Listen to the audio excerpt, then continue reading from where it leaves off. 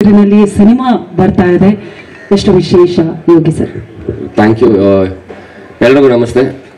ಬಂದಿರುವಂಥ ಮಾಧ್ಯಮ ಮಿತ್ರರಿಗೆ ತುಂಬ ಥ್ಯಾಂಕ್ಸ್. ಆ್ಯಂಡ್ ಉದಯಣ್ಣ, ಉಮೇಶ್ ಅಣ್ಣ, ನಾನು ಅವ್ರನ್ನ ಮೊದಲನೇ ಸರಿ ಭೇಟಿ ಮಾಡಿದ್ದು. ಉದಯಣ್ಣ, ಉಮೇಶ್ ಅಣ್ಣನ ತುಂಬ ಸಲ ಮೀಟ್ ಮಾಡಿದ್ದೀನಿ. ಬಂದಿದ್ದು ಖುಷಿ ಆಯಿತು. ನಿಮ್ಮ ಆಶೀರ್ವಾದ ಇದೇ ಥರ ಇರಲಿ ಅಣ್ಣ. Thank you so much. And Dharmanna ಅವರು ಈ ಸಿನಿಮಾ ಪ್ರೊಡ್ಯೂಸ್ ಮಾಡಬೇಕು ಅಂತ ನನಗೆ ಸುಮಾರು 1 ವರ್ಷದ ಮುಂಚೆನೇ ಮಾತುಕತೆ ಆಗಿತ್ತು. ಒಂದಷ್ಟು ಕಾರಣಗಳಿಂದ ಸಿನಿಮಾ ಶುರು ಆಗಿರಲಿಲ್ಲ. ಸೊ ಈಗ ಶುರು ಆಗಿದೆ. 25ನೇ ತಾರೀಕಿಂದ ಶೂಟಿಂಗ್ ಶುರು ಆಗುತ್ತೆ. And thank you Dharmanna. ನಮ್ಮ ಮೇಲೆ ಇಟ್ಟಿರೋ ನಂಬಿಕೆನ ಖಂಡಿತವಾಗ್ಲೂ ನಾವು ಉಳಿಸ್ಕೋತೀವಿ. ಜೊತೆಗೆ ಶಶಾಂಕ್ ತುಂಬ ಒಳ್ಳೆ ಮ್ಯೂಸಿಕ್ ಮಾಡ್ತಾನೆ. ನನಗೆ ತುಂಬ ಇಷ್ಟ. ಅವನು ವೋಕಲ್ ಸಕ್ಕತ್ ಇಷ್ಟ ಆಗ್ತಿತ್ತು. ಅವ್ನು ಗೌಳಿ ಸಿನಿಮಾ ಆದಮೇಲೆ ಅವನ ಮ್ಯೂಸಿಕ್ಕು ತುಂಬಾ ಇಷ್ಟ ನನಗೆ. ತುಂಬ ಒಂದು ಪ್ಯಾಷನೇಟ್ ಆಗಿ ಕೆಲಸ ಮಾಡ್ತಾನೆ. ಆ್ಯಂಡ್ ಇನ್ನೊಂದು ಸಿನಿಮಾ ಇದೆ, ಅದ್ರ ಬಗ್ಗೆ ಇನ್ನೊಂದ್ಸಲ ಹೇಳ್ತೀವಿ. ಬಟ್ ಈ ಸಿನಿಮಾದಲ್ಲಿ ತುಂಬಾ ಚೆನ್ನಾಗಿ ಸಾಂಗ್ ಕಂಪೋಸ್ ಮಾಡಿದ್ದಾನೆ. ಒಂದು ಟೈಟಲ್ ಟ್ರ್ಯಾಕ್ ಲೂಸ್ ಮಾದ ಅಂತಾನೆ. ತುಂಬ ಚೆನ್ನಾಗಿ ಸೌಂಡಿಂಗ್ ಇದೆ ಆ್ಯಂಡ್ ಸೂಪರ್ ಹಿಟ್ ಆಗೋ ಎಲ್ಲ ಲಕ್ಷಣಗಳಿದೆ ಆ ಸಾಂಗಲ್ಲಿ. ಅದ್ರ ಜೊತೆಗೆ ರಂಜನ್ ಈ ಸಿನಿಮಾ ಎಡಿಟ್ ಮಾಡ್ತಿದ್ದಾನೆ. ಈ ಮುಂಚೆ ಅವ್ನು ಸಿನಿಮಾ ಹೀರೋಗಿ ಕೂಡ ಆ್ಯಕ್ಟ್ ಮಾಡಿದ್ದಾನೆ. ಕೇಳಿದೆ ಅವನ್ನ ಫೋನ್ ಮಾಡಿ, ಈ ಥರ ಒಂದು ಸಿನಿಮಾ ಎಡಿಟ್ ಮಾಡ್ತೀಯ ನೀನು? ಬಿಕಾಸ್ ಅವನು ಎಡಿಟಿಂಗ್ ತುಂಬ ಚೆನ್ನಾಗಿ ಮಾಡ್ತಾನೆ. ಕೇಳಿದಾಗ ಖಂಡಿತವಾಗ್ಲೂ ಮಾಡ್ತೀನಿ, ಅವಕಾಶ ಕೊಡಿ, ನಾನು 100% ಪ್ರೂವ್ ಮಾಡ್ತೀನಿ ಅಂದಾಗ ಓಕೆ ಅಂತೇಳಿ ಡೈರೆಕ್ಟರ್ನೆಲ್ಲ ಮೀಟ್ ಮಾಡಿಸಿ ಒಂದು ಅವಕಾಶ ಅವನಿಗೆ ಸಿಕ್ಕಿದೆ ಈ ಸಿನಿಮಾಯಿಂದ. ಆ್ಯಂಡ್ ಪ್ರದೀಪ್ ರೆಡ್ಡಿ, ನಮ್ಮ DOP, ಅವನ್ನ ಈ ಸಿನಿಮಾಗೆ ಸ್ವಲ್ಪ ಕನ್ವಿನ್ಸ್ ಮಾಡೋದು ಸ್ವಲ್ಪ ಕಷ್ಟ ಆಯಿತು. ಯಾಕಂದರೆ ಈಗ ಹೊಸಬ್ರನ್ನ ಮೀಟ್ ಮಾಡಿ ಸಿನಿಮಾ ಮಾಡೋಣ ಅಂದಾಗ ಓಕೆ ಅಂತ ಒಪ್ಕೋತಾರೆ.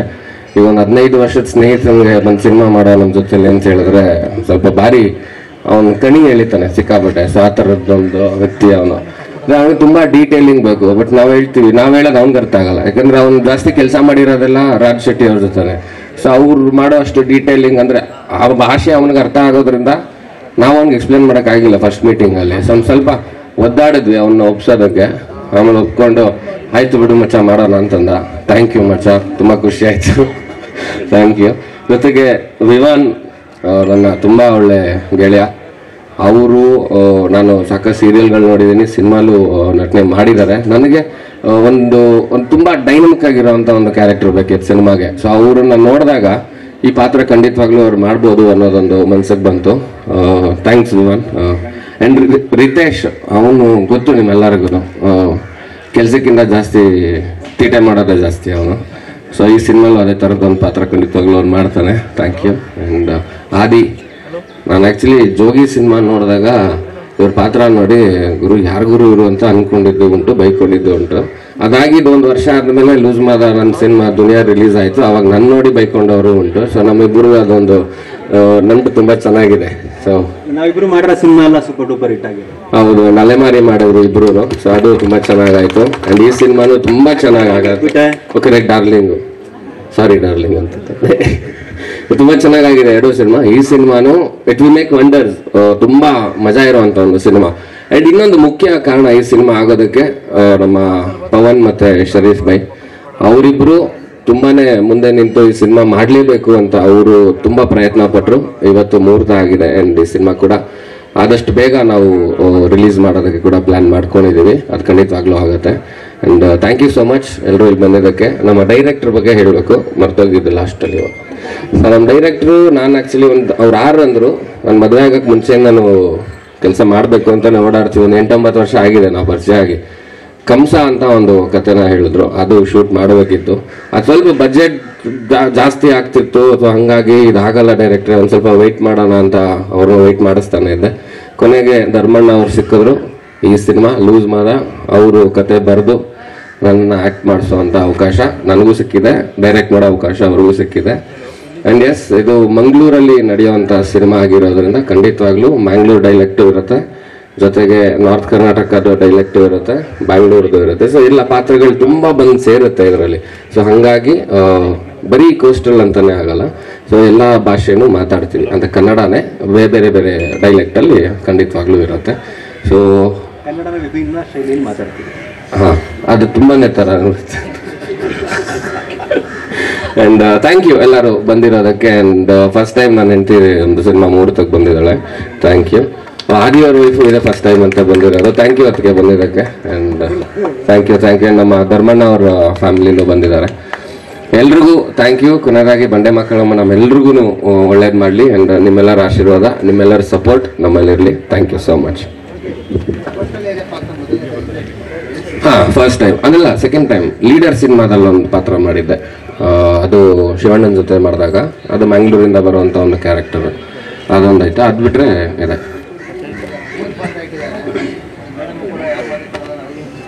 ಅವರೇ ಸುಳ್ಳು ಹೇಳಿದ್ರೆ ಹೆಂಗೆ ಸರ್ ಇದು? ಯಾರ ಮಾತು ಕೇಳಿದ್ರೆ ಅವ್ರ ಮಾತು ಕೇಳ್ಬೇಕು ತಾನೆ ಮನೆಗೆ ಹೋದ್ಮೇಲೆ. ಇದ್ದೇ ಇರೋದು. ನಾವು ಏನೇ ಧೈರ್ಯವಾಗಿ ಆಚೆ ಮಾತಾಡ್ಬೋದು, ಮನೆಗೆ ಹೋಗಿ ಬಾಗಿಲು ತೆಗೆದ ತಕ್ಷಣ ಸ್ವಲ್ಪ ತಲೆ ಬಗ್ಗಿಸ್ಬೇಕು. ಅದೊಂದು ಮಾತಿದೆಯಲ್ಲ, ತಾಳಿ ಕಟ್ಟೋವಾಗ ಮಾತ್ರ ಹೆಂಗಸರು ತಲೆ ಬಗ್ಗಿಸ್ತಾರೆ ಅಂತ. ಅದಾದ್ಮೇಲೆ ನಾವೇ ಯಾವಾಗ ತಲೆ ಬಗ್ಗಿಸ್ಬೇಕು, ನಾವೇ ಬಗ್ಗಿಸ್ಬೇಕು. ಹೌದು, ಯಾರೋ ತುಂಬಾ ಅನುಭವ ಇದೆ ಅವನಿಗೆಲ್ಲ. ಶಿವಮಂಜು ನಮಸ್ತೆ. Hi hi hi.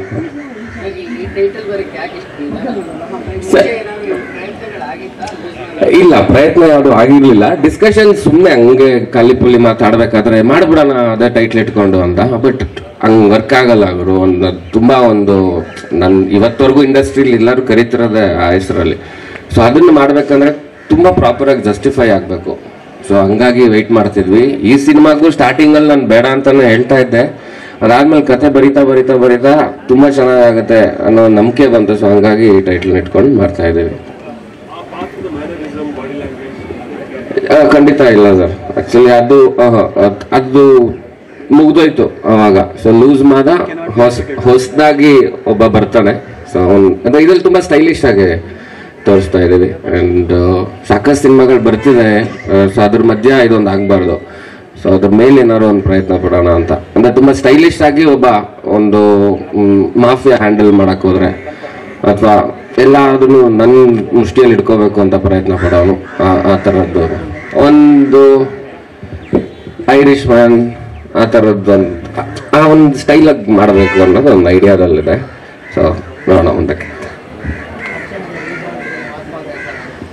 Mass Madhav ಇರಲ್ಲ, ಮಾಸ್ ಮಾಧವ್ ಅವ್ರ ಶಿಷ್ಯ ವಿನೋದ್ ಅವ್ರು ಇರ್ತಾರೆ. ಸೊ ವಿನೋದ್ ಅವರು ಈ ಸಿನಿಮಾಗೆ ಫೈಟ್ ಮಾಡ್ತಿದ್ದಾರೆ. ಸಚಿನ್ ಪೂಜಾರಿ ಅಂತ ಹೊಸ ಪರಿಚಯ, ಕೊರಿಯೋಗ್ರಫಿ. ಅವರು ನಮ್ಮ ಗಣೇಶ್ ಆಚಾರ್ಯ ಅವರ ಅಸಿಸ್ಟೆಂಟ್ ಆಗಿ ಅವರು ವರ್ಕ್ ಮಾಡ್ತಿದ್ರು.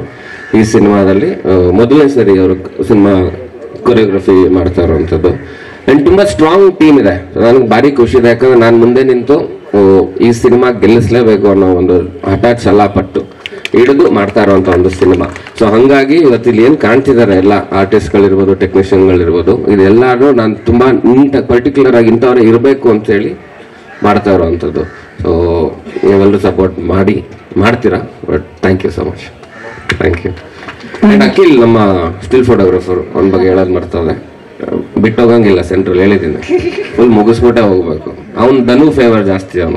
ಧನು ಸಿನಿಮಾ ಶುರು ಆದ್ರೆ ಅಲ್ಲಿ ಹೋಗ್ತಾನೆ. ಇದೊಂದು ಕಂಡೀಷನ್ ಹಾಕ್ಬಿಟ್ಟು ಹೇಳಿದ್ದೀನಿ, ಮುಗಿಸ್ಬಿಟ್ಟೆ ಹೋಗ್ಬೇಕು.